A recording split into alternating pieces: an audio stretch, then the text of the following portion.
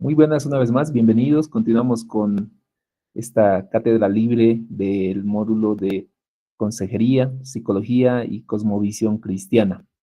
Durante estas semanas hemos ido llevando un contenido introductorio a lo que involucra la necesidad de la consejería cristiana. Hemos ido ya revisando, haciendo un poquito de retroalimentación de estas clases que ya hemos pasado.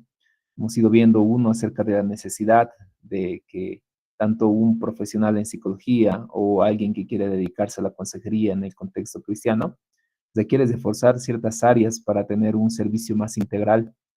Ayer justamente hemos ido viendo la integralidad del ser humano, la perspectiva de que el ser humano no solo es un ser que está separado de Dios, sino que además desde la caída del hombre tiene una separación con el prójimo, tiene una separación con el medio en el cual vive, con la naturaleza, tiene una separación consigo mismo y que es parte esencial del trabajo cristiano, el poder cubrir cada uno de estos aspectos, resolver, ayudar en consejería cristiana.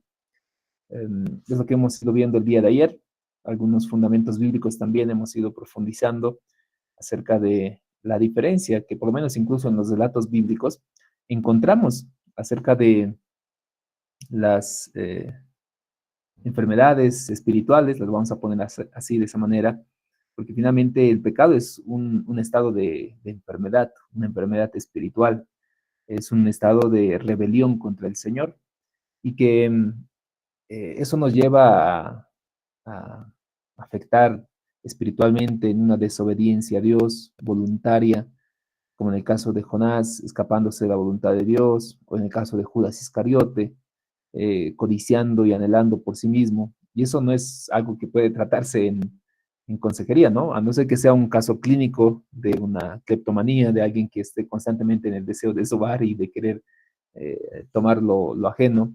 Pero lo de Judas, por ejemplo, es evidentemente un caso espiritual, un caso de rebeldía.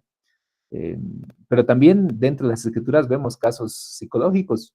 El más cotidiano hemos visto el caso de Elías, eh, el caso de Moisés, el estrés laboral que involucraba el dirigir a una gran multitud, el escuchar los problemas, el poder tratar e intentar resolver de alguna forma conforme a su liderazgo y su autoridad, y la frustración, la desesperación del mismo y decir, ya no puedo, estoy cansado, que siempre son ellos, pues, ni son mi familia, ni yo los he parido y voy a estar rindiendo cuentas de ellos y me están pidiendo a mí comida. Y Moisés muestra lo lógico que cualquier persona puede atravesar y que quién sabe nosotros mismos estamos atravesando. Les doy un spoiler. Un spoiler es una especie de adelanto en el contexto juvenil acerca de las películas. Un spoiler acerca de lo que tenemos por lo menos planificado acá en la carrera de liderazgo pastoral. Estamos viendo realmente una necesidad. Es hermoso contar con cada uno de ustedes, queridos consiervos, colegas, amigos, compañeros, eh, puesto a que nos hace ver que realmente la iglesia sí está preocupada y está interesada de hablar acerca de estos temas y que además estoy seguro que entre nosotros también hay quienes estamos padeciendo, estamos sufriendo de alguna manera y anhelamos que por lo menos en estas clases podamos encontrar algunas pautas, algunos ejercicios, algunas tareas para recuperarnos o algunas palabras por lo menos.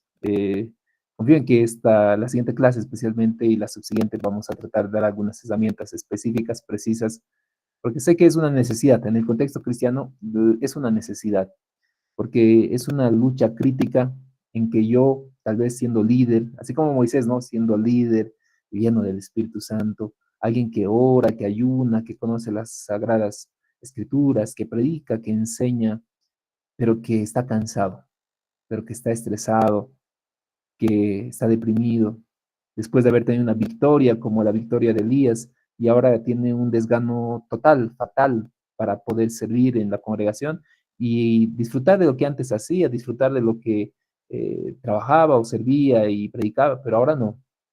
Y eso es una realidad cotidiana en el contexto cristiano. Personas, familias que están desintegrándose por causa del adulterio, rebeldía en los hijos adolescentes, peleas entre hermanos, dificultades de plan de vida, son varias razones. Y es una necesidad. Les decía que el spoiler que tenemos es por lo menos querer brindar a la sociedad un espacio de, de apoyo, un espacio en donde cual puedan participar y acudir quienes están atravesando ese tipo de situaciones y tener un respaldo por lo menos profesional, universitario. Es algo que se va a ir trabajando, estén atentos también a las redes de la carrera de liderazgo pastoral y poder también beneficiarse y poder ser parte también de este proceso para toda nuestra iglesia. Porque acá, si bien estamos de diferentes denominaciones, de diferentes congregaciones, la iglesia sigue siendo una sola. Cristo es la cabeza y nosotros estamos ahí en parte de todo ese cuerpo. El día de hoy vamos a hablar acerca de lo especial de la tarea de la consejería. Desde la perspectiva bíblica, nosotros encontramos y entendemos de que es la exhortación un don especial dentro de la Biblia. No el mejor ni el peor. Pablo incluso va a decir, hay el mejor don. El amor es el mejor don. Pablo diría también que el don de profecía es un don importante. Pero hoy vamos a hablar acerca del uso adecuado del don de exhortación. ¿Les ha pasado en alguna ocasión, queridos hermanos, que supongamos que ustedes estaban cometiendo alguna conducta, estaban haciendo algo malo, algo incorrecto, algo no adecuado dentro de la iglesia o dentro de su familia?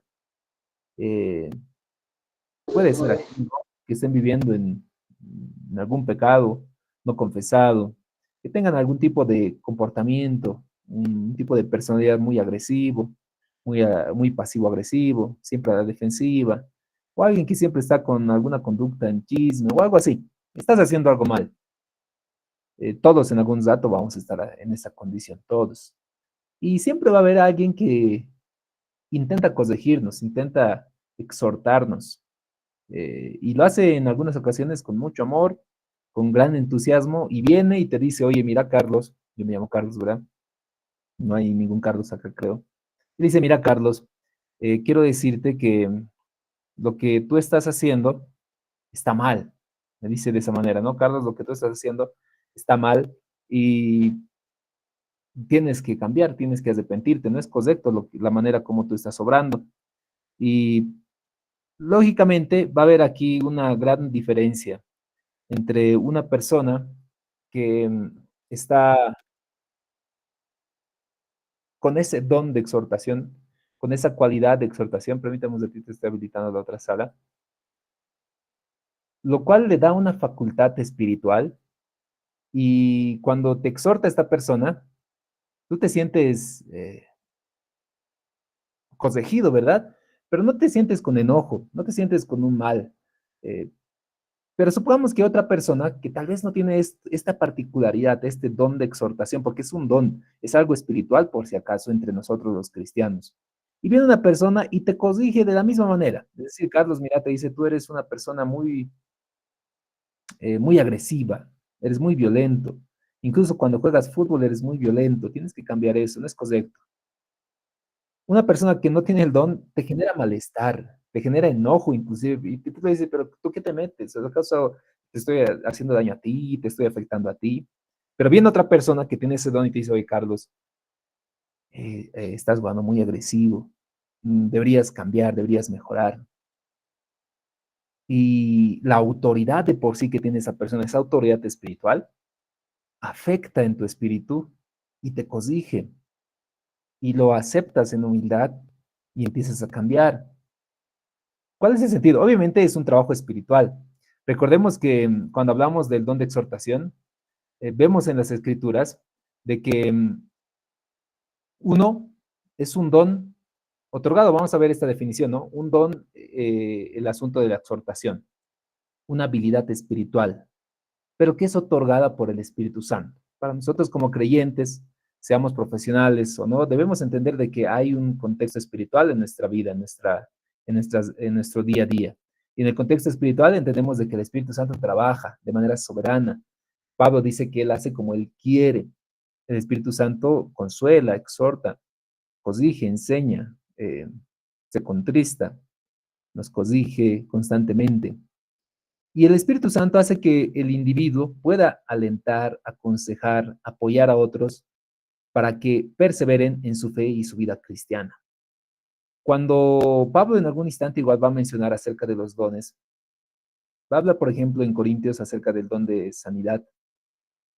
Y si hacemos un recuento entre todos, si bien el orden de la oración por los enfermos es un mandato bíblico, es bueno reconocer, ¿verdad?, que hay ciertas personas, ciertos siervos de Dios, que son utilizados de manera especial acerca del don de sanidad. Hay algunos también que tienen la capacidad y ese don de poder enseñar, son maestros. Hay algunos que tienen esa cualidad especial de ser pastores. Todo el cuerpo de Cristo tiene una cualidad especial. Hoy vamos a hablar un poquito más también acerca de la identificación de dones, pero de manera especial sobre el don de exhortación.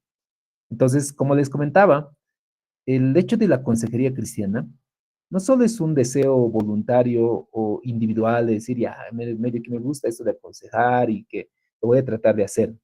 Debemos cuestionarnos si realmente es ese regalo, ese don de parte del Espíritu y ese llamado especial dado hacia tu vida.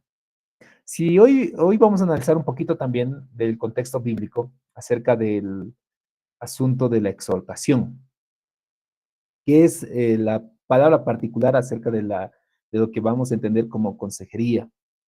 Recuerden que el que exhorta tiene esa cualidad de poder corregir, de dirigir, de amonestar a la persona.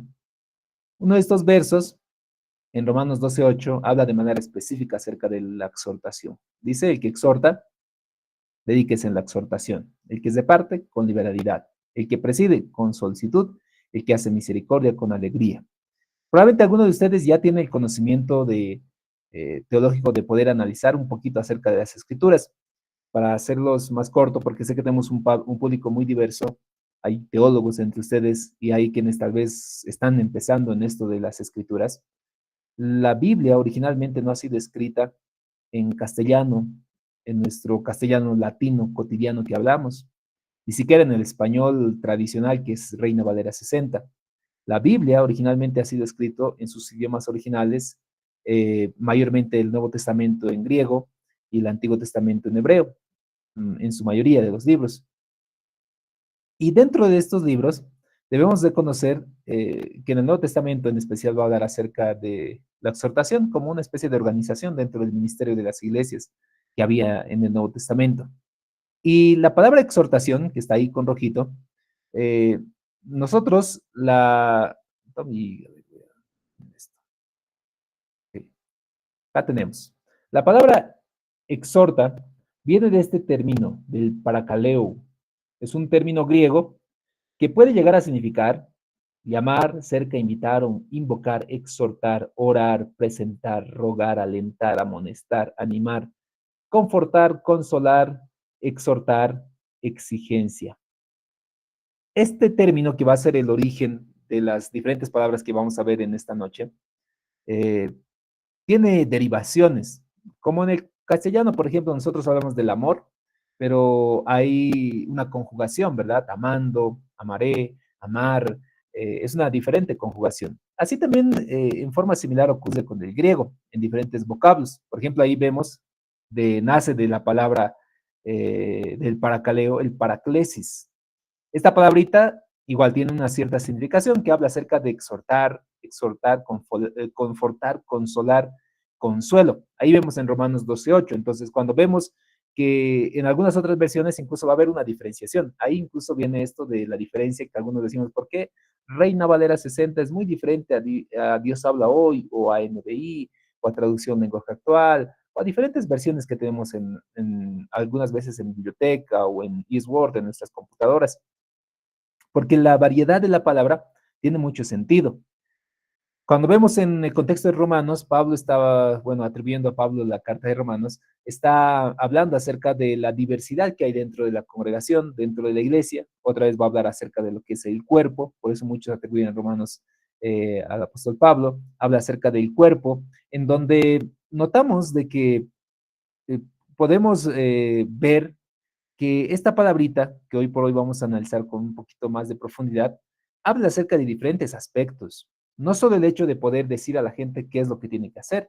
Si notamos, vemos de que habla incluso de lo que es la oración, habla acerca de lo que es el alentar, el consolar, de alguna manera el poder dar consuelo a la persona, implorar por la persona. Es una tarea muy interesante, la tarea de la consejería cristiana, la tarea del exhortar en medio de la congregación. No es la única ocasión que aparece, también aparece en el libro de Primera Corintios, capítulo 14, versículo 3, donde Pablo dice, pero el que profetice o el que profetiza, habla a los hombres para tres tareas: edificar, exhortar y consolar. Esto por el caso es en Reina Valera 60, en la versión de Reina Valera 60. Otra vez la palabrita exhortación que ya hemos visto, eh, significa implorar, exhortar, consolar, confortar. Pero acá viene la palabra consolación, que es algo diferente. Esta palabrita viene de paramousia, del griego, que llega a significar simplemente consolación, como dar un consuelo a la persona, confortación. Es muy similar, evidentemente, a la palabra exhortar, pero la palabra exhortar involucra mucha más tarea, mayor compromiso, una dirección profunda hacia la persona. No es la única vez que aparece, hay muchas ocasiones, pero estas son principales.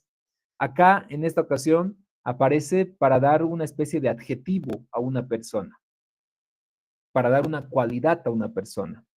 Ah, voy a leer este mismo verso en el libro de Hechos, capítulo 4, versículo 36. Ahí tenemos en versión Reina Valera 1960. Lo voy a buscar ahí en una versión actual. En Reina Valera 60, Hechos 4:36, dice, eh, a ver, perdón, ahora sí lo voy a leer. Primero Reina Valera 60. Entonces José, a quien los apóstoles le pusieron por sobrenombre Bernabé, que traducido es hijo de consolación, era levita, natural de Chipre, y como tenía una heredad, la vendió y trajo el precio y lo puso a los pies de los apóstoles. Un consejero, un exhortador, porque habla de este mismo concepto, ¿no? De la misma palabrita del paraclesis, en el caso de Bernabé. Eh, Miren esta diferencia en traducción lenguaje actual. Mismos versos dice, esto también lo hizo un hombre de la tribu de Leví, que había nacido en la isla de Chipre. Se llamaba José, pero los apóstoles le decían Bernabé, que significa el que consuela a otros. Bernabé vendió un terreno suyo y todo el dinero de la venta se lo entregó a los apóstoles. Muestra una característica propia de su personalidad, de cómo era, en este caso, José, o Bernabé, como el sobrenombre que le habían puesto. ¿Pero qué significa? El que consuela a otros, el que tenía esa cualidad de exhortar a otros, de poder confrontar, consolar, orar, imponer. Lo añadí el versículo 37 porque muestra justamente esa cualidad. Dice que él vendió todo lo que tenía su terreno y lo entregó a los apóstoles como una necesidad. Yo creo que como cualquier consejero, tiene que tener ciertas cualidades que hoy también lo vamos a ver, y una de ellas es tener esa capacidad de empatía, de poder sufrir lo que el otro está sufriendo, ponerse en los pies del otro, tratar de buscar métodos, ayuda, para intentar de alguna forma generar un bienestar, una rehabilitación en esta persona. Ahí vemos en el caso de Bernabé. Pero el caso más sorprendente, yo creo que algunos ya cuando hemos ido hablando de paraclesis o los conceptos que hemos ido notando, entre ellos paracaleo, paraclesis, tal vez se les ha venido a la mente este versículo, Juan 14:26. Mas el consolador, el Señor está hablando, se dirige a sus apóstoles y les dice, el Espíritu Santo, a quien el Padre enviará en mi nombre, Él les enseñará todas estas cosas y les recordará todo lo que yo les he dicho. Ahí viene este término, igual, derivado de paraclesis, o paracleo, perdón, de paracleo, eh, el paracleto. Probablemente en algún instante incluso hay himnos que hablan acerca del paracleto, el Espíritu Santo. Y el Espíritu Santo justamente tiene esa tarea que debería ser un ejemplo, un modelo para cualquier persona que desease emprender en el camino de la consejería cristiana. Es el trabajo del poder enseñar todas las cosas que el Señor nos ha enseñado, recordar todas las cosas que el Señor ha dicho, el poder consolar, interceder, abogar por aquella persona que está atravesando diferentes circunstancias en medio de la congregación. El Espíritu Santo, evidentemente, como que Él es el paracleto, es el consolador en sí, capacita y enseña a quien desease abordar en la tarea de la consejería cristiana. No es una tarea ligera, como cualquier tarea también dentro de la iglesia, ¿verdad? No es que se está eh, menospreciando a las otras actividades y tareas, dones que se presentan dentro de todo el cuerpo de Cristo. Pero al igual que todas aquellas tareas como el pastorado, la enseñanza, el maestro, el liderazgo dentro de la congregación, el consejero requiere tener una dependencia total y absoluta del Espíritu Santo para tener esa cualidad de poder distinguir, justamente la duda que ayer teníamos, ¿verdad? Distinguir una enfermedad, un trastorno, de una situación espiritual, de una condición de pecado, de una condición de rebeldía. Es nada más y nada menos que el Espíritu Santo quien puede llegar a convencer de pecado al mundo. Es el Espíritu Santo quien corrige, quien enseña, quien exhorta, quien va de alguna manera a contristarse con la caída de alguna persona, quien va a interceder con gemidos indecibles para cada uno de nosotros, es el Espíritu Santo. Es el quien ha capacitado a la iglesia, el que capacita constantemente, es de quien también nosotros debemos depender. Entonces, notan de que esta palabrita que viene de la exhortación es un concepto muy amplio. No solamente es exhortar, corregir. Muchas veces cuando nosotros hablamos de exhortación decimos, te voy a exhortar. Estamos refiriéndonos a llamar la atención nada más. Pero la tarea de la exhortación involucra lo que habíamos visto acá. Involucra el poder orar, el poder interceder, el poder de alguna manera eh, meditar en la palabra y poder rogar, alentar, amonestar, animar a la persona, confortar a la persona. Es una tarea, un llamado importante que tenemos nosotros dentro de la congregación. Aquellos que tal vez estamos haciendo la tarea de consejería, no la tomemos a la ligera. Involucra evidentemente un trabajo espiritual, pero también debemos nosotros capacitarnos y apoyarnos en diferentes herramientas. ¿Cuáles son, acá, perdón, la forma como nosotros podemos identificar ese don dentro de nuestras vidas, dentro de nuestro día a día?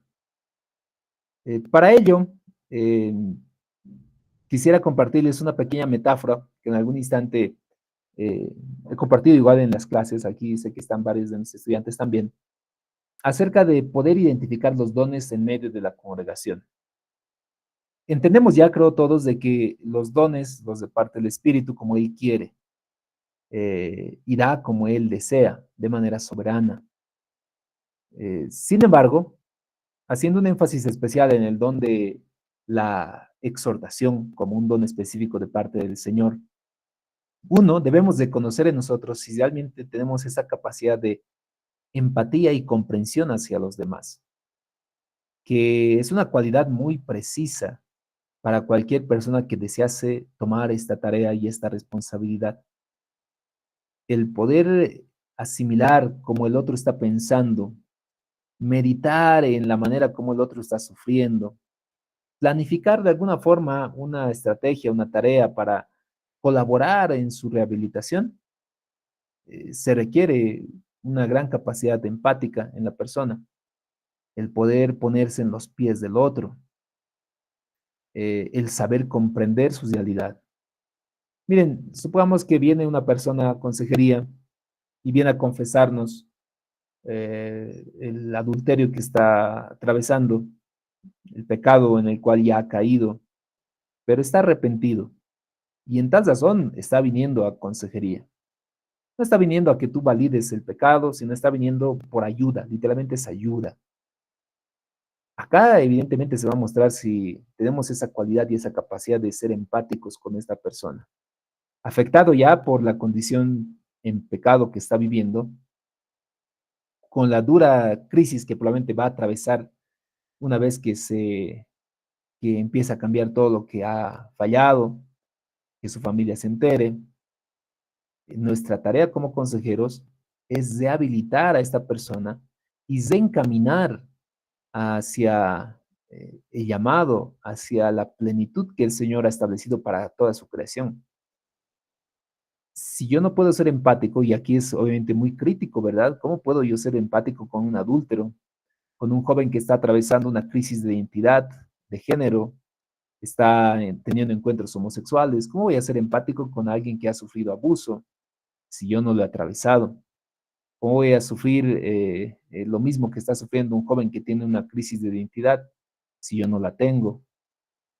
Acá viene la lógica, ¿verdad? De un médico no tiene que llegar a enfermarse de cáncer para poder atender, sino para ello se prepara, para ello se conoce la enfermedad, ha estudiado, ya hay estudios, ya hay textos, ya hay libros que hablan acerca del cáncer y él simplemente los estudia, los asimila, ve en la práctica, observa y en esa expertise ayuda de manera eficiente. En la misma proporción también es la necesidad, queridos consiervos, de poder comprender la importancia de conocer en el proceso de consejería. Si yo no he podido escarbar y no tengo una formación acerca de lo que involucra la identidad de género, no con un sentido aprobatorio, por si el caso del pecado, no con un sentido de aprobar el adulterio o aprobar la fornicación o aprobar el homosexualismo en medio de la congregación, sabiendo de que hay ciertos principios. Miren, es que ese es el desafío importante de cualquier consejero.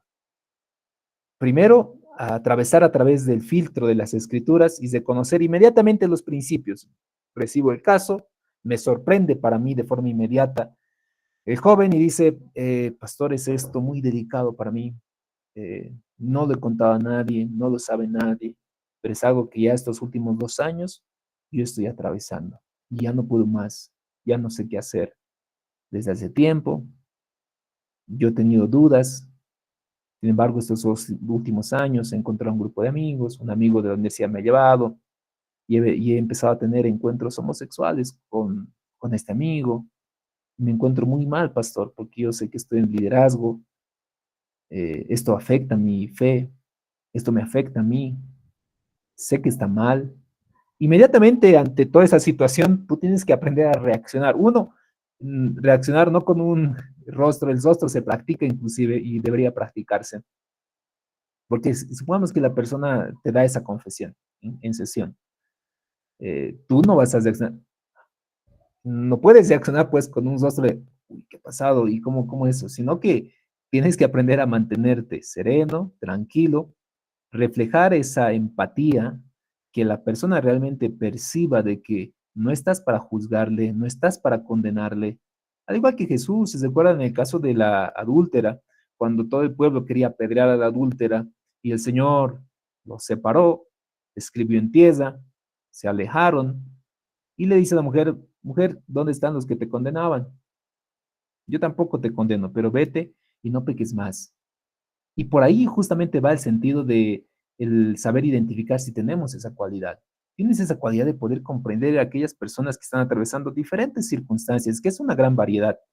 Estaba revisando hace datos unos cuantos apuntes para la clase del día de hoy y por lo menos alrededor de 300 eh, situaciones médicas, psicológicas, es las cuales nos podemos enfrentar.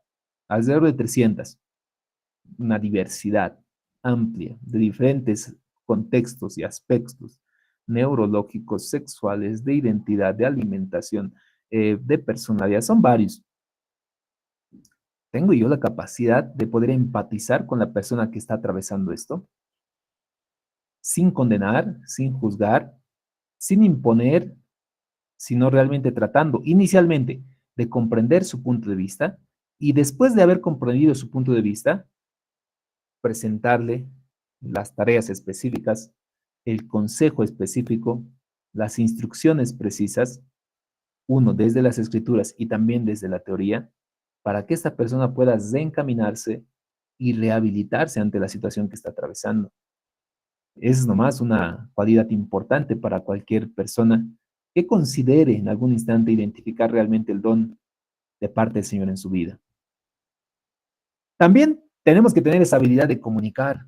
Una persona que tiene el don de exhortación tiene que tener la capacidad de saber comunicar lo que está pensando, saber comunicar con claridad, con autoridad. ¿Recuerdan cuando decían al Señor, este enseña no como los fariseos, no como los maestros de la ley. Enseñas refiriéndose a Jesús como quien tiene autoridad. Y sucede eso, justamente es una necesidad para alguien que quiere dar consejería, tener la autoridad bíblica, la autoridad teológica, la autoridad del Señor, especialmente para aconsejar. Pero eso es evidentemente algo que tenemos que desarrollar, es algo que tenemos que ir capacitándonos, esa habilidad para comunicar.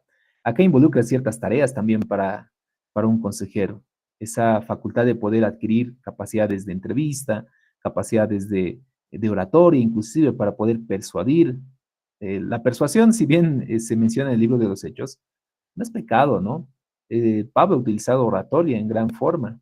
En el libro de Hechos 17 vemos Pablo en el Areópago utilizando las cualidades griegas de la exposición en oratoria en el Areópago y dice, varones, he visto que ustedes tienen diferentes tipos de dioses y altares, y uno de esos altares he visto que dice al Dios desconocido. De ese Dios les quiero yo hablar.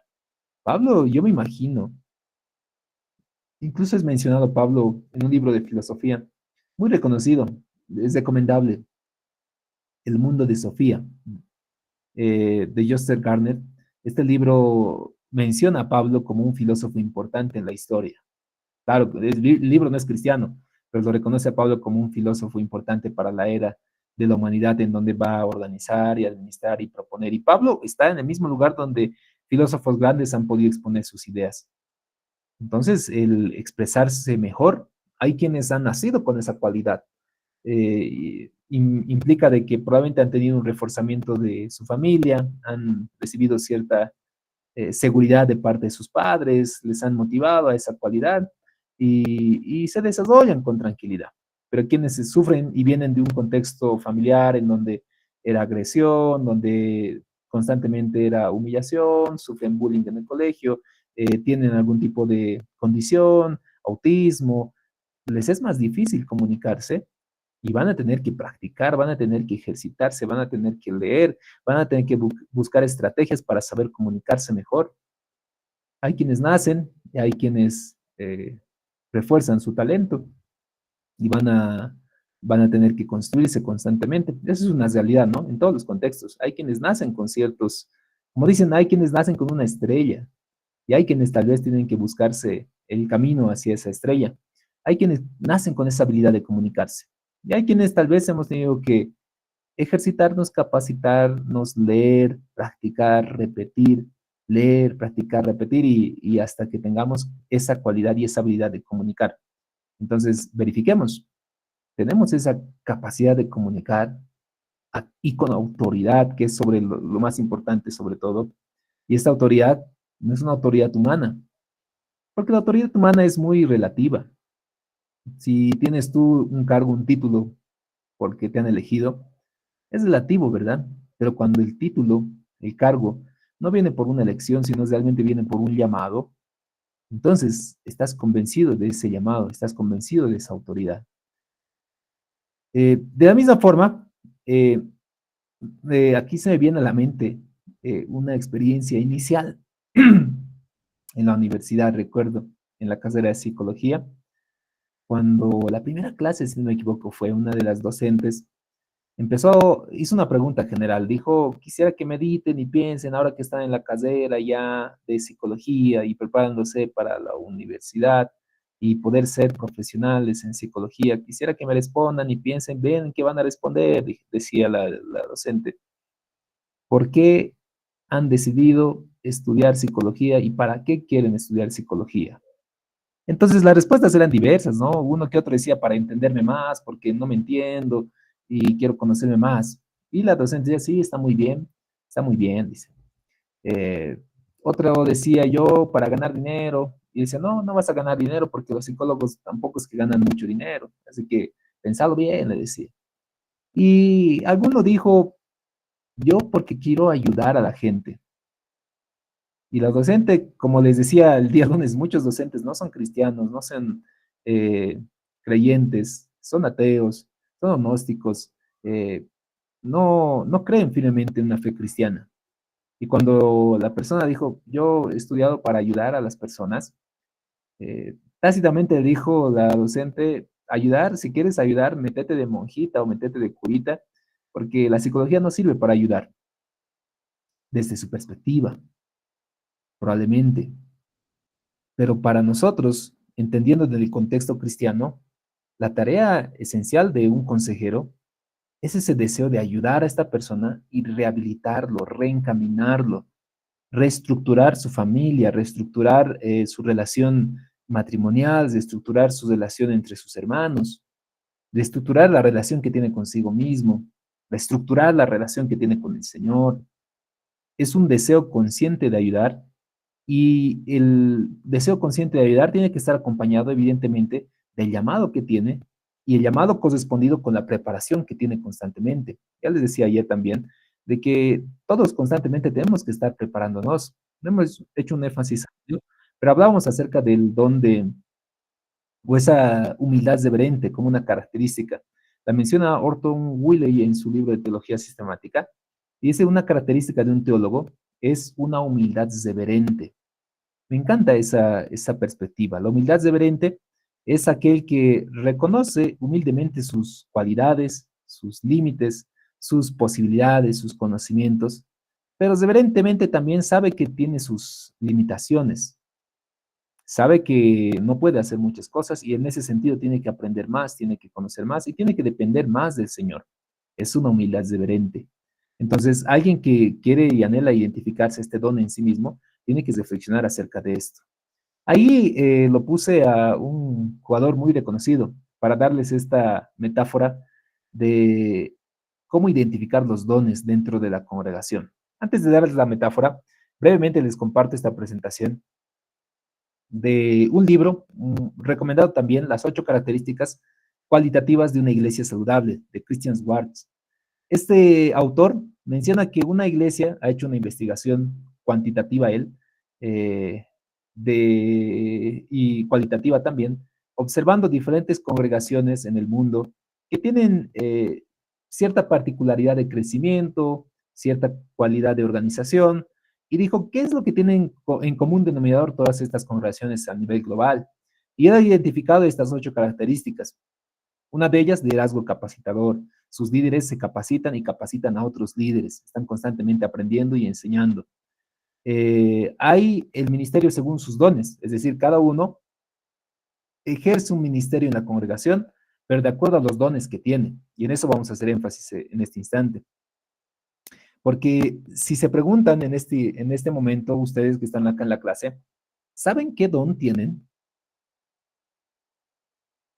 ¿Saben si tienen el don de sanidad, el don de la enseñanza, el don de la exhortación, el don de la profecía, en toda la diversidad que encontramos en las cartas romanas de Corintios?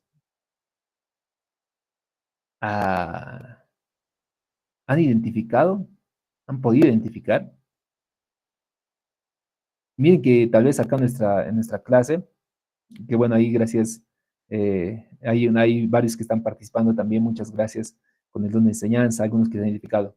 Probablemente, no he hecho una estadística, pero me atrevo a decir que menos de la mitad de la congregación, y eso que estoy siendo muy generoso, menos de la mitad de la congregación no sabe cuál es su don. Estoy seguro. Si usted pregunta en la congregación, probablemente menos de la mitad de su congregación no sabe cuál es su don. Y es una parte y una cualidad importante. Otras características son espiritualidad contagiosa. La congregación misma está en un constante movimiento del espíritu y esto es contagioso unos con otros. Ahí están reforzados. Hay un culto inspirador. Un culto no se improvisa, es un culto que está organizado, que está determinado, delimitado, está preparado desde la prédica, desde las alabanzas, desde la enseñanza, desde la lectura, está bien organizado. Es un culto inspirador y eso inspira también a que otros puedan participar. Las estructuras funcionan. Hay estructuras, departamentos, ministerios bien organizados que están funcionando. No son nominales nada más. No es que yo tengo el Ministerio de Jóvenes, pero participan unos 3, 4 y no hay jóvenes, no hay un Ministerio de Jóvenes real. Tiene que funcionar. Entonces, las iglesias saludables tienen ministerios, estructuras funcionales, relaciones afectivas. muchas veces nuestras iglesias se han vuelto muy frías, ¿no? Poco afectivas. No se conocen todos. Algo que las iglesias pequeñas valoran y suelen comentar es de que nosotros somos pequeñitos, pero somos de calidad y todos sabemos nuestros nombres y nos conocemos. Y hacemos aptapis además cada domingo. No sé si hay alguno de ustedes que están en esas congregaciones donde todavía hay esa relación afectiva de hacer aptapis al acabar el culto y compartir todavía. Qué bueno que sigan ahí. Pero ya cuando ven una congregación bien amplia, dicen, eh, oh, no, difícil, pues las congregaciones ya grandes ya ni saben quiénes vienen, ni siquiera saben sus nombres, a no ser que estén en su cédula, ahí nomás se conocen, pero los demás en la iglesia ni el pastor sabe tu nombre y así empiezan a criticarse. Sea grande o sea pequeña, una característica tiene que ser que sean relaciones afectivas en la congregación. Células integrales también es otra característica importante de una congregación saludable. Y por último, evangelismo según necesidades. El evangelismo, recuerden que no es un término bíblico, el evangelio sí, el ismo es un método que se aplica en diferentes circunstancias. No hay un método de evangelismo único. Es más, incluso los 4 pasos es un método de evangelismo que se ha desarrollado no hace mucho, pero todos lo hemos replicado y lo vamos replicando. El evangelismo que nosotros practicamos es diverso y debe ser de acuerdo a las necesidades y de acuerdo al contexto en el cual nosotros estamos. Si yo vivo en un contexto en donde la mayoría de la zona y del barrio son deportistas, entonces haré un campeonato de fútbol y cada terminada el partido o cada terminada el campeonato voy a predicar el evangelio. Es una estrategia de evangelismo. Veo que en mi zona hay mucha gente necesitada, mucha gente en la calle, entonces abro un albergue y doy comida gratis, estrategia de evangelismo y predico el evangelio. Si veo que en mi zona hay muchos niños, entonces abrir una fundación, recibir a los niños y a sus familias y les predicar el evangelismo según sus necesidades. Pero hagamos el énfasis en el ministerio según sus dones, porque debemos aprender a reconocer nuestros dones. Eh, Permítame compartirles la metáfora de la cancha de fútbol, así la he llamado. Es una metáfora que yo la he experimentado y que creo que puede ser muy útil para, de forma práctica. Uno, no descarto la posibilidad de que el Espíritu Santo habla de forma audible y puede revelarnos de manera precisa qué don tenemos. Puede ser como en el caso de Pablo y Bernabé, cuando el Espíritu Santo eh, interviene y dice, apártenme a Saulo y a Bernabé para la tarea que yo les he preparado. Audiblemente, preciso, específico. No descarto también la posibilidad de que un pastor pueda ser utilizado para transmitir también esa voz de parte del Espíritu Santo. Puede haber la posibilidad también. Pero en muchos casos estos dos no suelen repetirse cotidianamente. Eh, Les repito, no es que dudamos de la posibilidad de que el Espíritu Santo hace cosas, sino que extrañamente no sabemos cuál es la lógica, pero la hace. Entonces le digo, esta metáfora, yo la aprendí cuando era muy joven todavía, más joven de lo que soy ahora. Habré tenido mis 10 12 años cuando mis papás me inscribieron a una escuela de fútbol. Yo recién, como cualquier niño, queriendo aprender un poquito más de fútbol y conocer más acerca del deporte, como cualquier persona, nosotros aprendemos por observación, pero cuando ya es una escuela, una enseñanza ya específica, el, hay un profesor, hay un director técnico, profe, al cual tienen que someterse y tienen que recibir sus instrucciones. El profe, la autoridad, el líder, es quien ayuda a sus pupilos, a sus entrenados, a identificar el puesto en el cual van a ejercer, van a jugar en la cancha. Después de hacer todas las prácticas generales, ejercicios, dominio de balón, todo lo que corresponde a las prácticas generales del deporte, velocidad, resistencia, carrera, todo ello, empieza la parte específica del fútbol, en donde se tienen que identificar mínimamente en qué área van a jugar. Arqueros, porteros, defensores, mediocampistas, delanteros. Eh, Cada posición tiene cualidades fisiológicas, estatura, altura, fuerza, dominio, elasticidad, reflejo, precisión, regate, velocidad. Cada uno tiene ciertas características. Recuerdo que el profesor de fútbol, para que cada uno de nosotros pueda identificar en qué puesto juega, nos hacía hacer un zote diverso en las posiciones, para empezar. Éramos niños todavía. Entonces, alguna que otra vez nos tocaba en el arco, pero el profesor estaba atento y observando también qué es lo que pasaba. Alguno que otro estaba después en la defensa y otra vez en el medio campo y alguna vez en adelante. Precisamente supongamos que a mi persona me decía, Carlos, no, tú no eres para ser arquero, te falta un poquito más de altura, próbate como defensa, tampoco eres defensor, porque te falta cuerpo, tienes que tener más estructura, más fortaleza, porque te van a deshibar los delanteros mucho más fácil. A ver, ponte al medio, y yo cosía, ya no coso tanto, pero antes cosía más, y cosía, y venía, y subía, y bajaba, y subía, y bajaba. Y me decía, creo que puede ser tu posición, está muy bien, me decía, pero probaremos adelante. Y adelante no rendía, me ponía nervioso ante el arco, no tenía buen regate, no tenía precisión al tiro, y me dice, ya, ahí nomás, creo que vas a jugar al medio, me decía. Entonces, ¿cuál es la metáfora? La metáfora es que evidentemente hay una autoridad y hay un líder que observa las cualidades dentro de la congregación. Y este líder, un pastor, un maestro, el discipulador de la congregación, de la célula, observa las cualidades de la congregación, observa en diferentes espacios, ejercitan un tiempo de visitación, se le da la palabra para predicación, ejercita un tiempo de poder ir a orar, ministrar, orar por los enfermos. Entonces el líder tiene esa cualidad, es quien está observando constantemente. Es lo que hacía el Señor con sus discípulos, los iba observando y luego los delegó. Y luego observó si realmente tienen ese don. Como estrategia, es importante hacer de alguna manera una especie de rote. Si realmente consideras de que no sabes cuál es el don que el Señor te ha dado, eh, mañana, el domingo mismo, empieza a enseñar. El domingo mismo, quién sabe, esta semana anda y visita los hospitales y empieza a orar. Empieza a dar un tiempo con asesoramiento de consejería y ve si tienes esa cualidad de poder escuchar, de poder comprender, de saber comunicarte, de tener esa autoridad. Y en el proceso, la iglesia es quien va a respaldar ese llamado y el liderazgo es el quien va a poder dar esa autoridad de alguna forma para quienes tienen el llamado. Es una manera práctica, por lo menos, de que nos puede ser muy útil en medio de la congregación, la metáfora de la cancha. Aquí mismo incluso aplica. Quienes están en la cancha, quienes ya han identificado su llamado, tratan de servir de la mejor manera, ¿verdad? Maestros, evangelistas, profetas, quienes tienen el don de sanidad, de liderazgo, diferentes dones, están en la cancha. Pero hay quienes no tienen el don todavía y están en la banca. Y los de la banca, los de la tribuna, son los que más observan, son los que más critican, son los que más reclaman, pero no están haciendo. Porque cuando tú estás en la cancha, cuando tú estás tan ocupado en el don que tú tienes, no te da tiempo para observar qué es lo que están haciendo los otros, sino más al contrario, te enfocas a que el partido pueda salir victorioso. Cuando estás enfocado en el llamado que tú tienes, no te preocupas realmente si en cuestiones tan banales que a veces tenemos en la iglesia, si no te preocupas para que la obra crezca, para que la obra y el crecimiento de la palabra y la predicación de la palabra pueda seguir dándose. Ese es el sentido. Es una metáfora muy aplicable, es un diseño personal, pero lo puedan complementar también. Pero por ahí va el sentido de identificar el don que tenemos.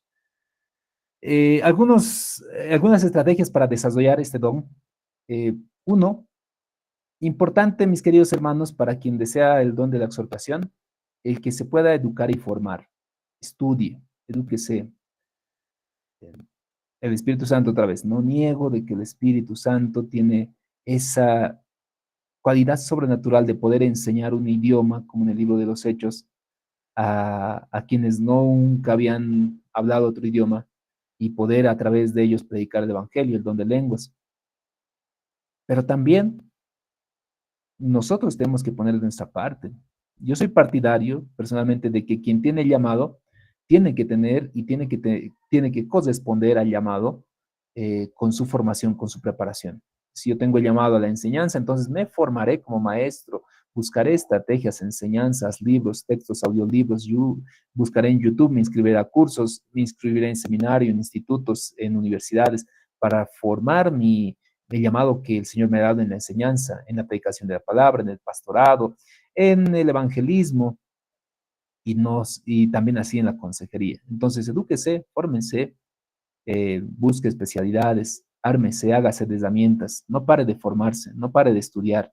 Es algo importante para nosotros, más en esta era donde las tecnologías avanzan, donde las perspectivas cambian, donde la gente cambia constantemente. Hay que educarse y formarse. Practiquen la escucha activa. La escucha activa es saber callar y simplemente escuchar, sin necesidad de interrumpir, pero tratando de asimilar todo lo que la otra persona le está haciendo. Por eso regularmente un psicólogo, un terapeuta, tiene ahí su cuadernito y está ahí anotando lo que la otra persona dice, lo más importante, lo más preciso. Tiene cada uno su formato, su esquema particular para hacer ese tipo de apuntes, pero por ahí va la escucha activa, que no se aplica mucho en este contexto. El poder escuchar con cabalidad acerca de lo que los otros también nos dicen. Recuerden que las preguntitas las tenemos 15 minutos antes de acabar, así que anótense sus preguntas, por favor. Entonces, desarrollen su escucha activa, desarrollen esa capacidad de poder escuchar a los demás y es práctica. Estás conversando con alguien, con tu esposo, con tu esposa, con tus hermanos, escucha, aprende a escuchar. Hoy por hoy, donde tal vez la tecnología de la comunicación ha evolucionado, es la etapa donde menos nos escuchamos. Estamos en la mesa y no nos escuchamos. Estamos frente a cara y no nos escuchamos. Estamos distraídos y no nos atendemos. El don de la exhortación requiere una capacidad amplia de saber escuchar a la otra persona. Participen en ministerios de consejería, involúcrense, busquen mentores quienes les puedan apoyar en todo este proceso. Hay mentores virtuales, entre comillas virtuales, ¿no? Han subido una gran información, grandes contenidos, prédicas, enseñanzas, libros, que nos pueden fortalecer para desarrollar ese don. Les comentaba que David Tormachap, por lo menos personalmente como creyente, como cristiano, es una buena referencia para hablar acerca de lo que es la consejería cristiana. Con mucha autoridad, tiene muchos principios, muchos textos que hablan de diferentes temas. El leer estos textos nos va a proporcionar muchas herramientas, perspectivas diversas de lo que involucra la consejería cristiana y eso nos va a ayudar también. Por último, para esta noche, estos últimos 20 minutos más, hablemos un poquito acerca de la psicología.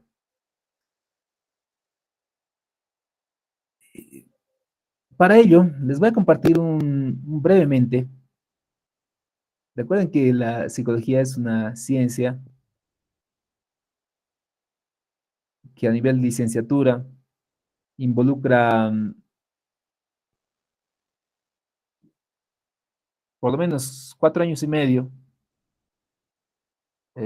y de ahí especializarse otros años más. Así que no tengan la expectativa de que vamos a dominar todo lo que involucra la psicología, ni que vaya a compartirles yo todo lo que se ha podido aprender. Sin embargo, quisiera comentarles de manera informativa unos cuadros que he diseñado para explicarles brevemente desde el enfoque psicológico los diferentes trastornos que vamos a llegar a, de alguna manera, atender probablemente. Y, a ver, está cargando aquí. No está todavía, lo subiré. Denme un minutito cargando para las dos salas. Esto nos va a ayudar por lo menos a conocer. Les voy a compartir. Es amplio, es muy amplio. Y ahí va cargando también. Acá ya cargado y aquí ya cargado también. Ese es un pequeño Excel. Ahora sí, para los del curso de Psicología de Familia, les comento que ya he concluido con el trabajito que les decía de poder completar todos los datos esenciales de lo que podemos hablar en psicología. Es un pequeño trabajito personal que lo he tratado de realizar para poder explicar de manera más concisa. No es tan amplio, como les digo, son 5 años de estudio prácticamente esto. Sin embargo, nos va a ser de mucha utilidad el poder conocer, por lo menos a modo de lectura les va a ser de mucha utilidad. Les explico brevemente. Este primero, el cuadro inicial, el continuum, es la síntesis de lo que va a involucrar todo lo que son los trastornos dentro de lo que va a ser la psicología. Si notamos bien acá, tenemos dividido en dos cuadrantes y los vamos a dividir de esa manera.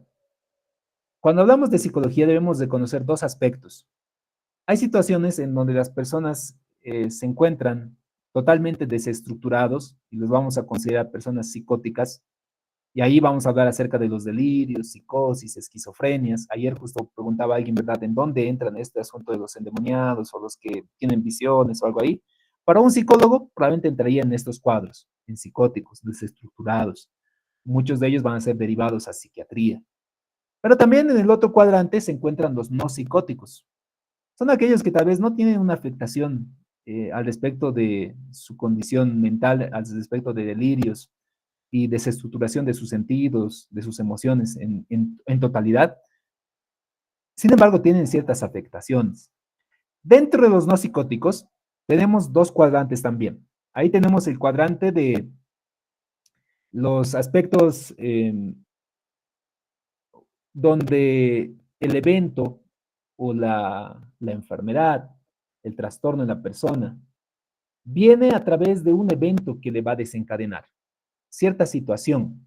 Se puede decir que la persona era normal. Ayer hemos hablado del concepto de la normalidad, ¿verdad?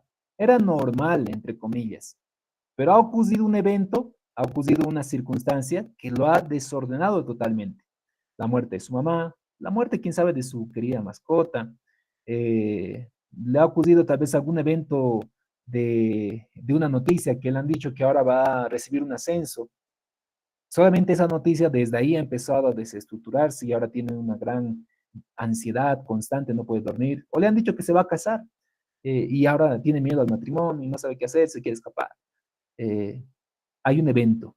Ese es ese cuadrante. Y el otro cuadrante es un aspecto evolutivo. Es cuando la persona, por el lapso del tiempo, desde temprana edad, ha ido desestructurándose hasta que va a llegar a un punto final en donde está totalmente desestructurado. La mayoría de las personas tiene ciertos rasgos de personalidad, pero se vuelve un trastorno cuando va a afectar ciertas condiciones familiares, laborales, de salud, de comunicación, principalmente. Se va a volver un trastorno. Analizaremos primero las de eventos que vienen o desencadenan por un evento. Ahí tenemos los principales, la ansiedad y la depresión. Y el estrés también es considerado dentro de ello. Algunas veces solemos utilizar estos términos a la ligera, ¿no? Es que estás muy ansioso y no sabemos a qué nos referimos. En psicología, cuando hablamos de ansiedad, estamos hablando de una persona que está teniendo un miedo y una enfermedad por el pensamiento hacia el futuro. ¿Qué involucra esto? Esta persona, no veo que se amplía aquí, a ver, un momentito. Veo que sigue todavía pequeñito, pero yo lo amplío.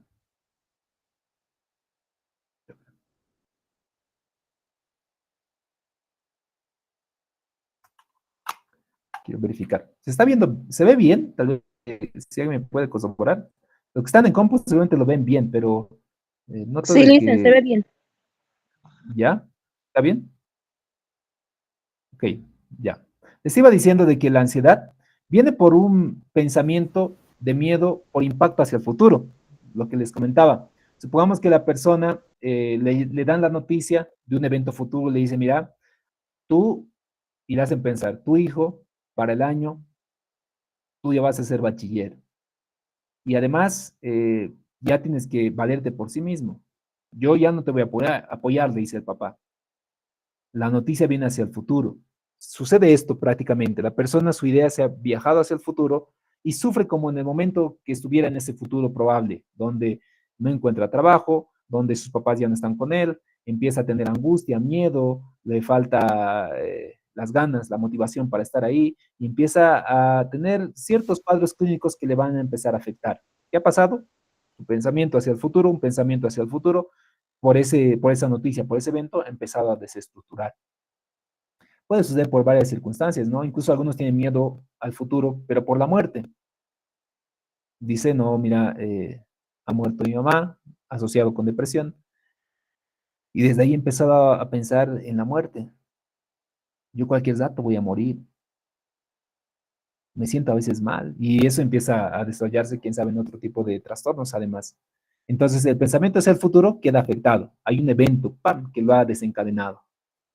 Eh, Como trastornos, puede llegar a manifestarse en diversos cuadros, ¿no? Puede ser un trastorno de ansiedad generalizada, puede desarrollarse una fobia social, ya no quiere compartir con nadie, puede desarrollarse fobias específicas por ese miedo hacia el futuro. Mira, por ejemplo, aquí una descripción de una fobia.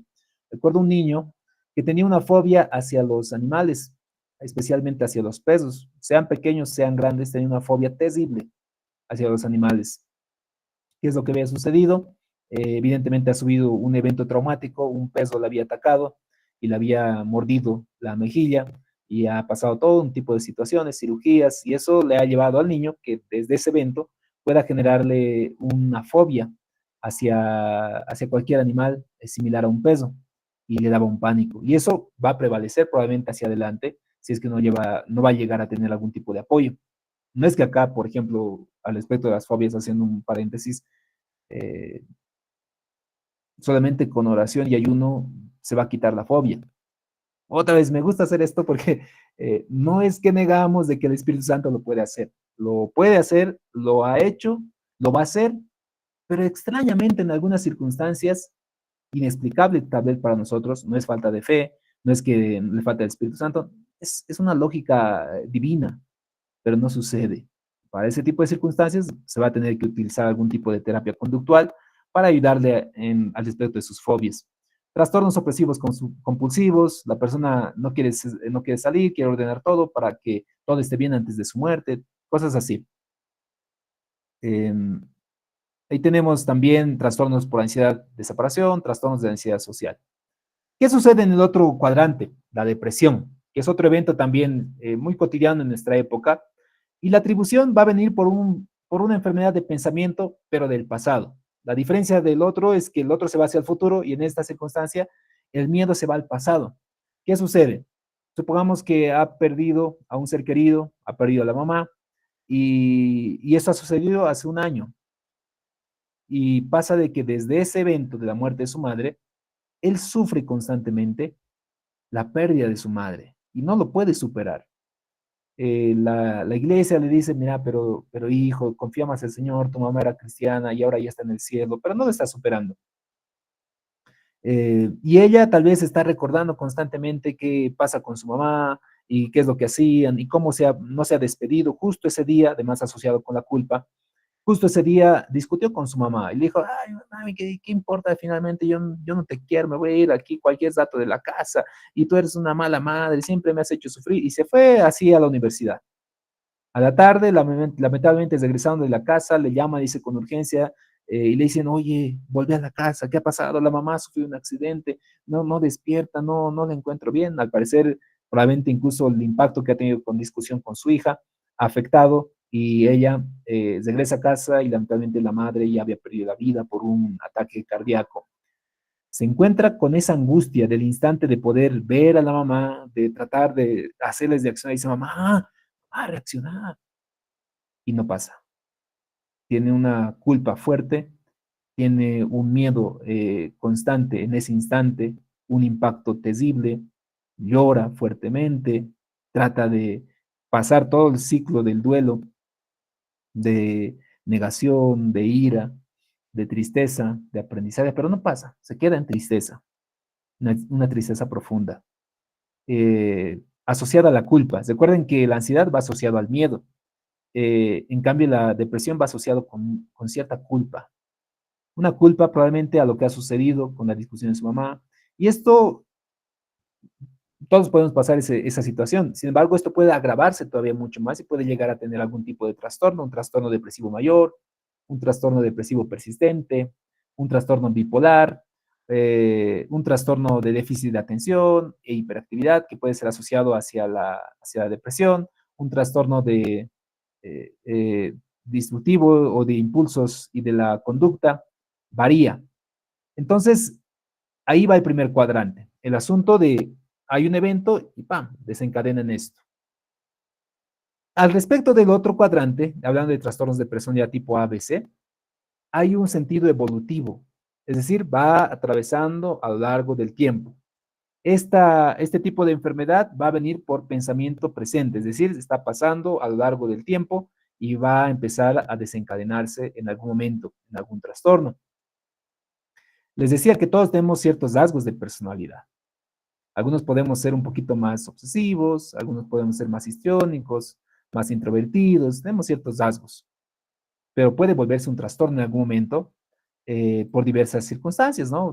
Cada uno son factores diferentes. En el tipo A se encuentran las personas que tienen como característica esa desconfianza y distanciamiento emocional. En el tipo B tienen una emocionalidad y comportamiento errático. Y en el tipo C son personas ansiosas y de comportamiento temeroso.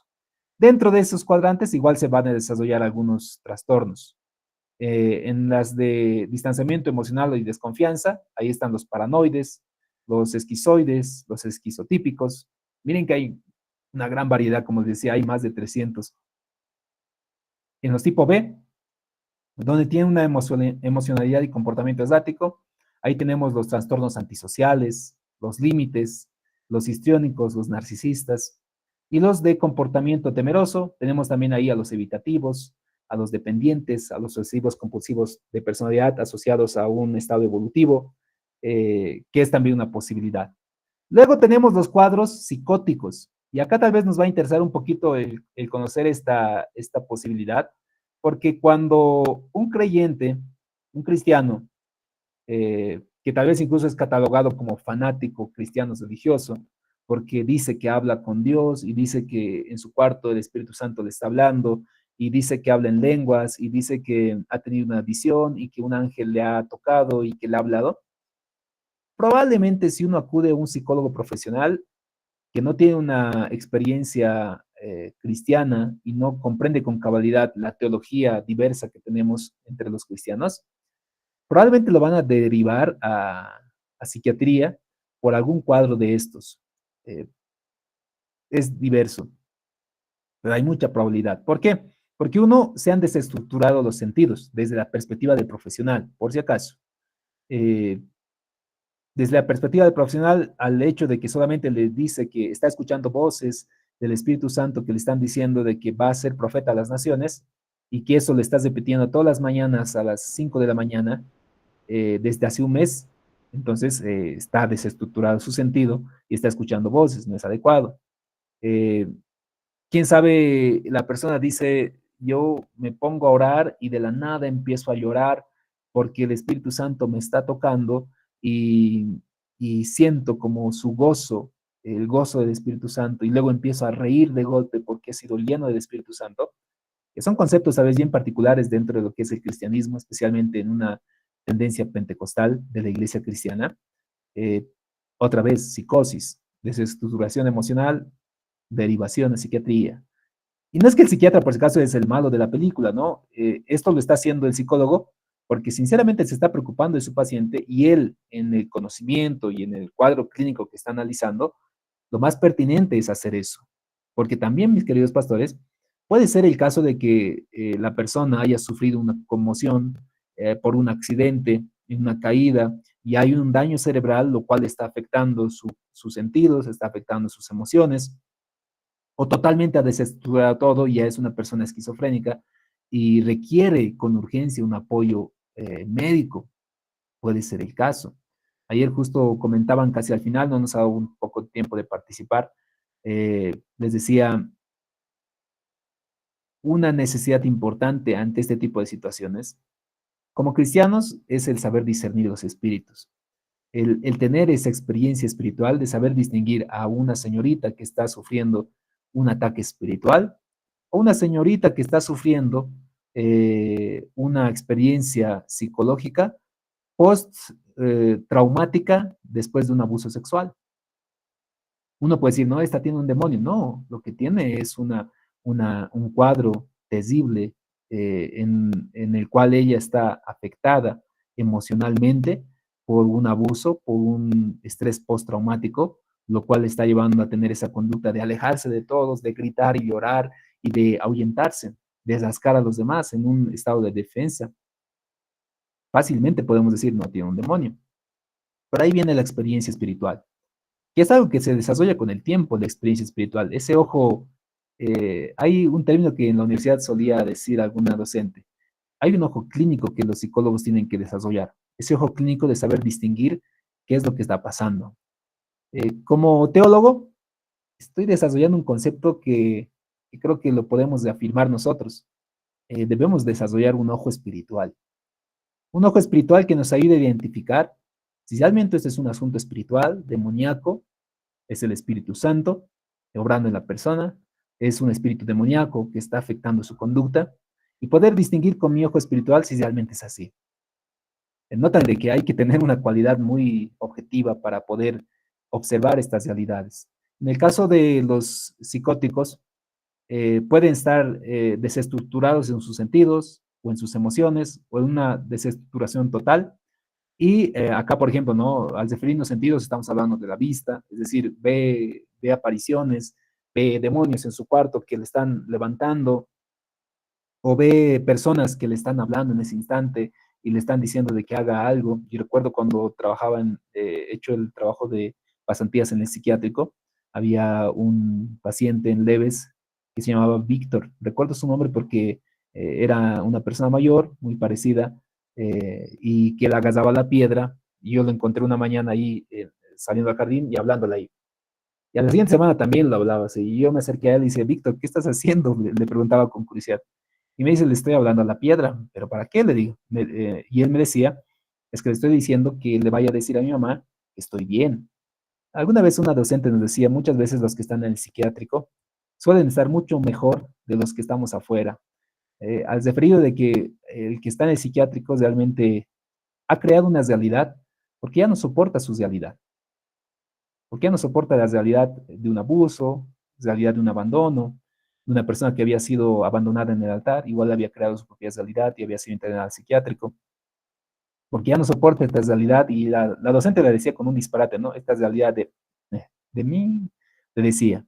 Y muchos entendemos de que para nosotros como cristianos, por lo menos, Cristo es una nueva realidad. Cristo es el quien crea en nosotros una nueva perspectiva del mundo. Entonces, una persona que está sufriendo de delirios, sus sentidos han sido alterados. Pueden ser por diversos factores psicológicos, pero también pueden ser, por ese caso, por factores médicos. Como decía, siempre, si vemos este tipo de condiciones psicóticas, debemos, eh, ¿qué sería? Descartar el aspecto médico. Es un deber descartar de que no tenga una lesión médica, de que no tenga una alteración hormonal, lo cual puede afectar su condición, su salud. Si nosotros no descartamos esos aspectos, podemos estar obrando de manera negligente. Eh, ¿Qué trastornos puede afectar en la persona? Un trastorno delirante, psicótico breve, trastorno psicótico compartido. En el caso de la psicosis, afectar a sus emociones, donde son celotípicos y empiezan a sufrir. Puede ser una persona esquizofreniforme, trastorno esquizoafectivo, psicótico inducido por sustancias también que están aplicadas acá. Y la esquizofrenia, el cuadro clínico tal vez en donde se ha desordenado totalmente y está fuera de la realidad, en donde puede llegar a tener un trastorno esquizofrénico, un esquizoafectivo, un trastorno psicótico breve también. Este es el continuum. Los que les he mencionado se llaman los cuadros centrales, los cuadros clínicos centrales. Está cargando. No cambia de pestaña. A ver, voy a dejar de compartir un instante. Ah, edición la cambió. Les decía que estos, los que les he presentado, son los cuadros clínicos centrales, los cuales tal vez lo vuelvo a compartir. Como que lo comparto con dos, se empieza a laguear. Ay, no, tengo un minutito más. Creo que mañana vamos a continuar con esto. Mañana vamos a continuar todavía con esto.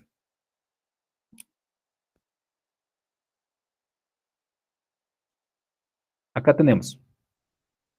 Decía, estos que los hemos visto se llaman los cuadros clínicos centrales. La ansiedad, la depresión, los tipo A, tipo B, tipo C, los delirios, la psicosis, esquizofrenias. Y acá otra vez este cuadrito igual lo he diseñado cuando quería aprobar por examen de grado, me he tomado la molestia de hacer todos los apuntes y esto tal vez ahora nos sirve. Miren que el Señor es bueno, bondadoso y todo tiene un plan, un propósito, un sentido. Yo ese día que tal vez me he trasnochado para hacer todo esto, Yo no me imaginaba que hoy lo iba a utilizar, pero miren que los planes de Dios son perfectos, y que hoy tal vez en esta generación nos van a ayudar. La ansiedad, ahí vemos en qué consiste por ejemplo, la ansiedad, ¿no?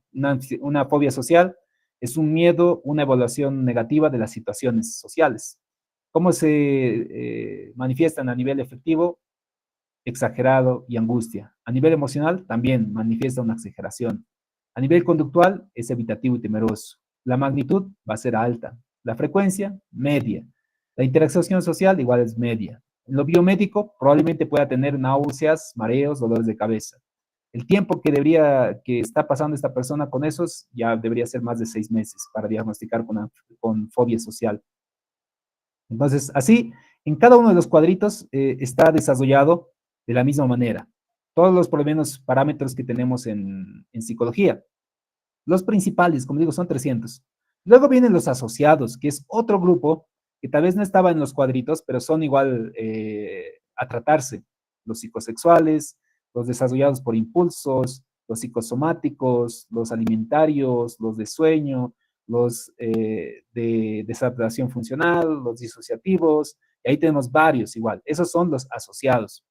Luego tenemos algunos mecanismos de defensa que igual es importante de conocer en psicología. Tenemos también asuntos de problemas de atención, aproxexia, hipoprexia, ¿qué es esto al respecto de la atención? También hay el asunto de la memoria, que igual puede estar afectada. También acerca del juicio, que igual puede estar afectado. También acerca de los sentimientos, que igual pueden tener algún tipo de conceptualización. Acerca del pensamiento también, acerca de la percepción, igual. Entonces, notarán de que hay mucho que estudiar, queridos pastores, hay mucho que aprender. No es algo que debemos tomarnos nosotros a la ligera, es algo que requerimos nosotros conocer para tener por lo menos una mayor realidad. Algo que tal vez les comentaba ayer es el hecho de que cuando nosotros estemos dando consejería y realmente reconozcamos que tenemos ciertos límites, no es pecado, no está mal derivar. No involucra tu incapacidad, involucra tu real interés por la persona para que esta persona esté bien y se rehabilite.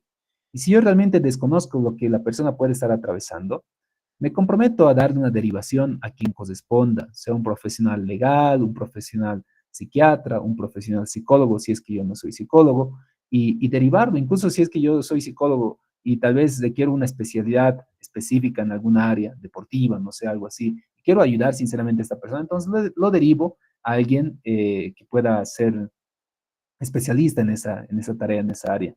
Entonces, es un deber de nosotros.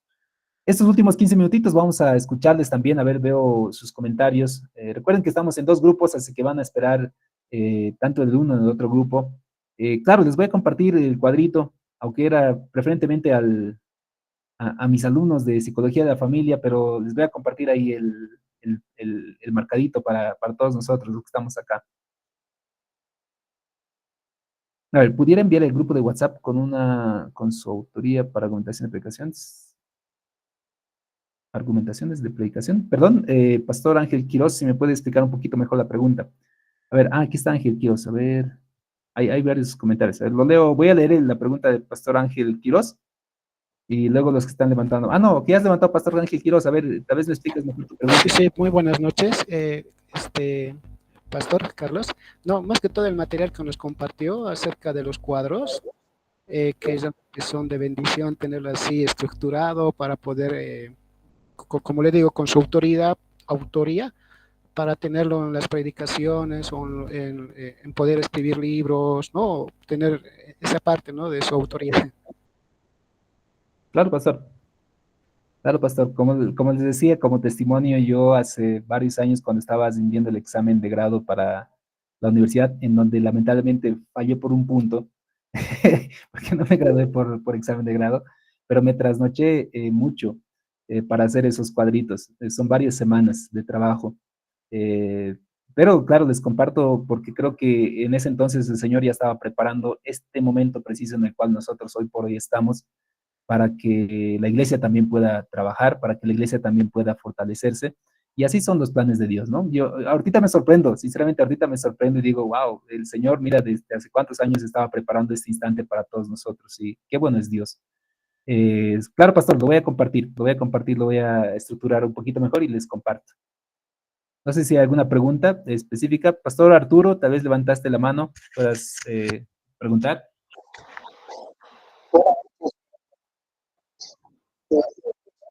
Sí, sí, le escucho.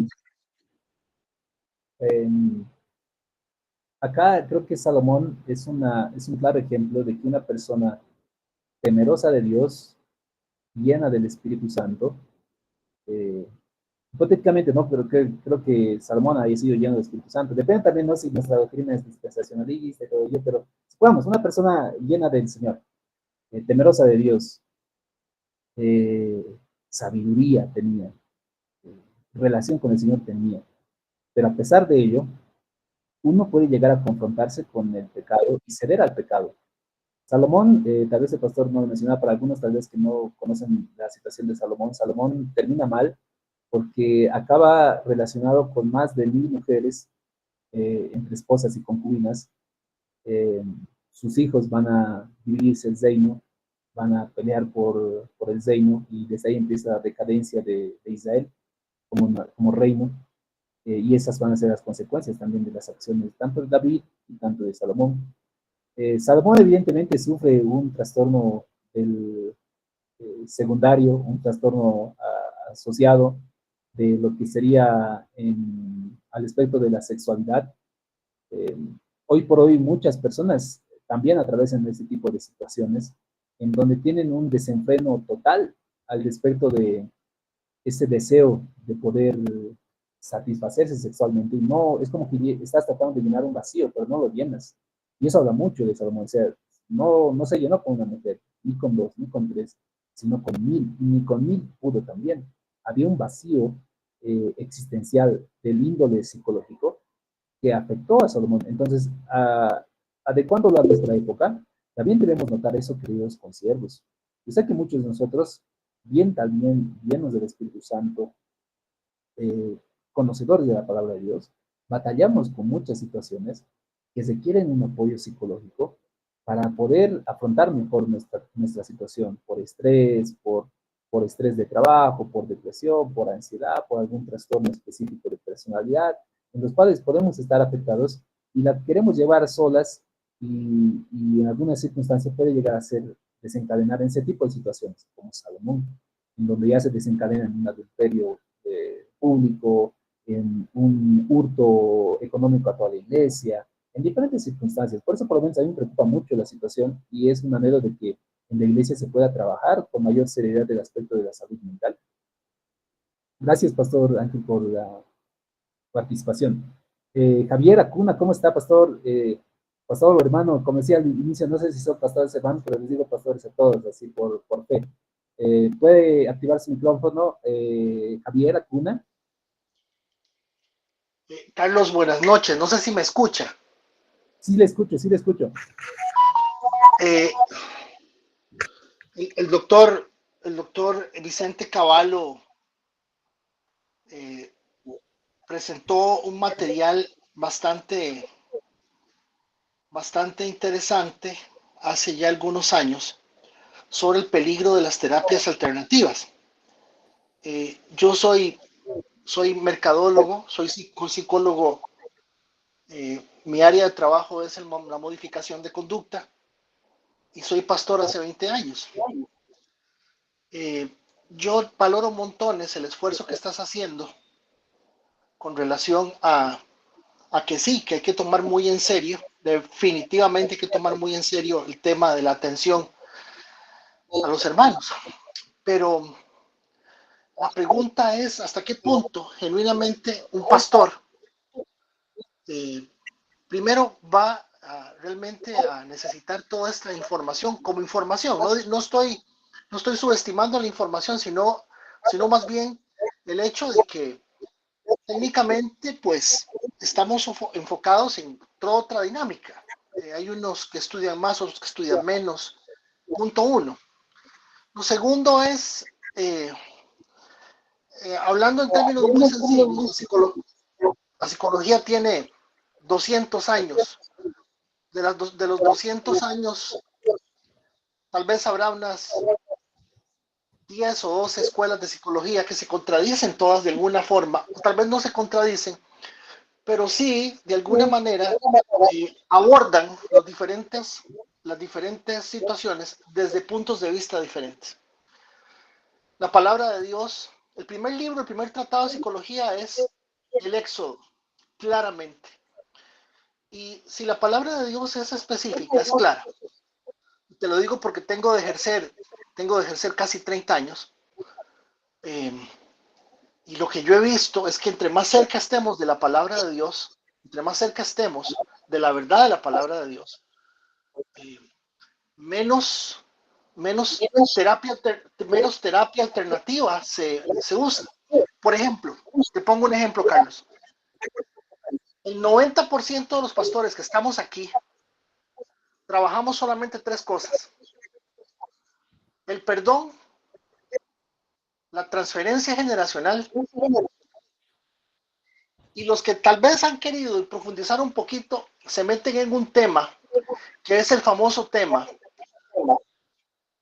del realce temperamental, la definición temperamental.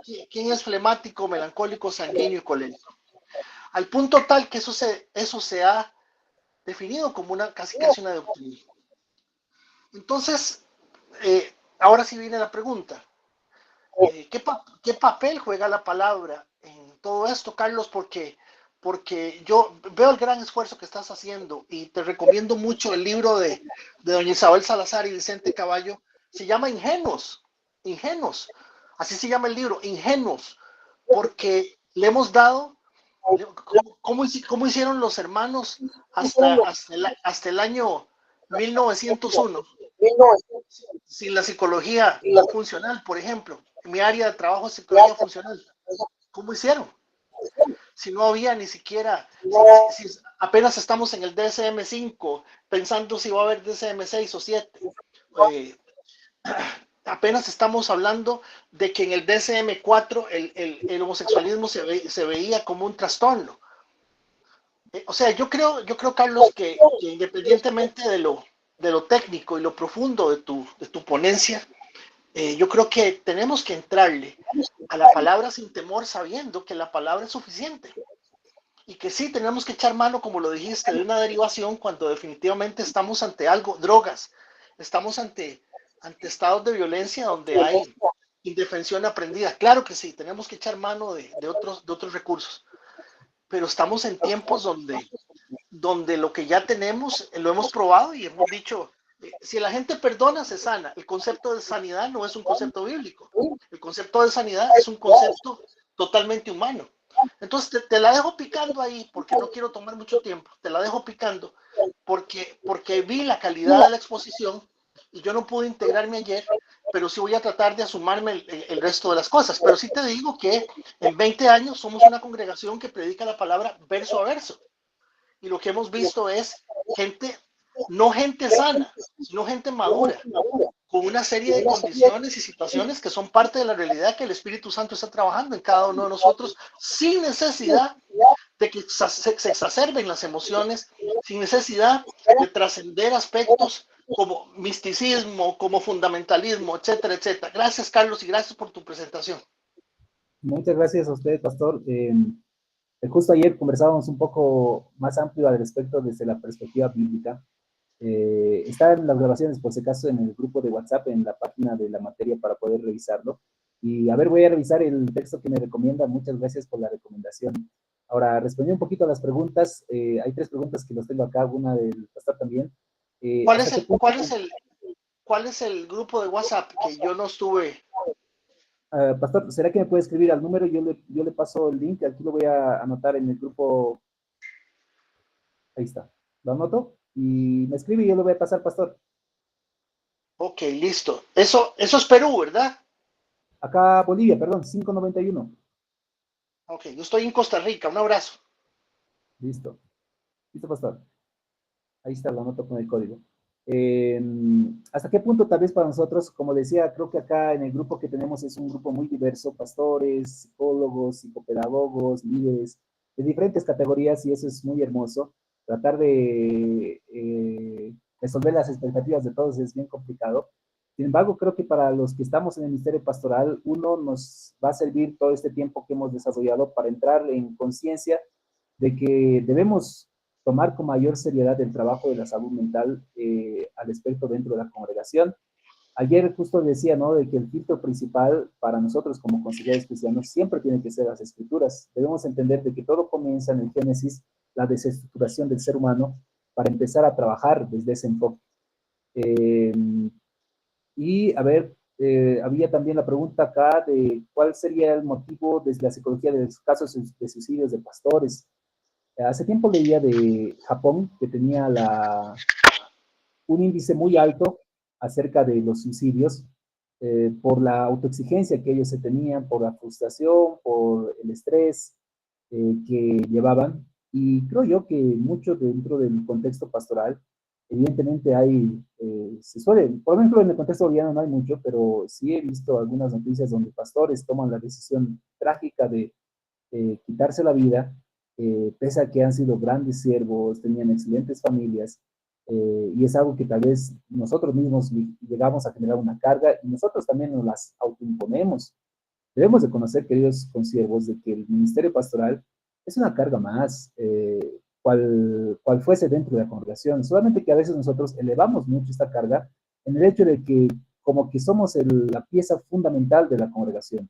Y al llevarlo de esa manera, la iglesia mismo también pone esa carga sobre nosotros. Y llevar esa carga involucra de que estamos atravesando con estrés, situaciones familiares, estamos atravesando con problemas económicos, problemas de crecimiento de la iglesia, problemas interministeriales, problemas teológicos. En algún punto todo eso llega a colapsar. Hay un desencadenante, hay un clic que algo sucede y que tomamos esa decisión trágica. Por eso es importante el descanso, es importante como en el caso de Elías, ¿no? Descansa y come, conversa lo que está sucediendo. Importante el apoyo entre discípulos y maestros, entre consejeros y aconsejados, en medio de la congregación entre consiervos. Busquemos apoyo. No nos quedemos solos, queridos pastores, porque finalmente si la iglesia hoy por hoy está atravesando todo ello, requerimos también ese apoyo en medio de la congregación. Pastor Ángel, también ya has participado, me lo puedes escribir la preguntita. Vamos a concluir en este momento. Que el Señor los bendiga, queridos pastores. Yo sé que hay varias preguntas. ¿Todos los pastores están llamados para la consejería? Creo que no. Creo que el servicio de la consejería es una tarea específica dentro de la congregación y que involucra una firme preparación teológica, bíblica, en esencia, pero también requiere una formación de conocimiento y información al respecto de lo que son las afectaciones en salud mental. Importante. ¿Qué opina de tener el Ministerio de Terapia Espiritual?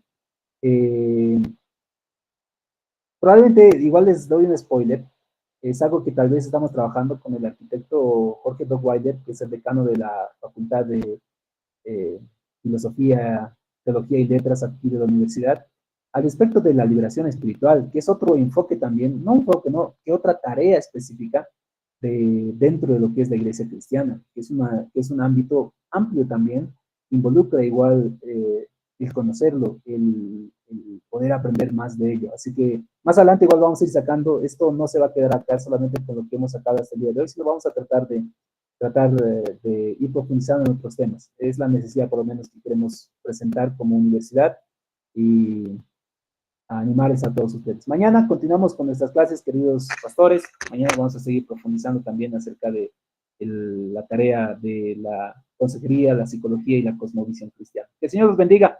Bendiciones, buenas noches, hasta el día de mañana. Bendiciones, licenciado. Mañana tenemos actividad en la universidad, licenciado, el simposio, quizás no vamos a asistir. Sí, justamente eso comentaba con el arquitecto. Me dijo que podemos continuar con la clase que tenemos de cátedra libre y el simposio va a empezar a las 6. Están todos invitados, por favor, igual pueden participar, pero la clase va a continuar, es lo que me pidió también el arquitecto para darle la continuidad. Así que mañana nos vemos normal, Pastor Demetrio.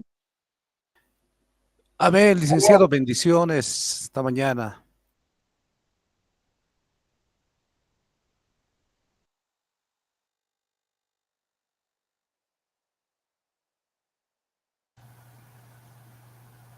Bendiciones, hasta mañana, Pastor Carlos Paredes. Bendiciones.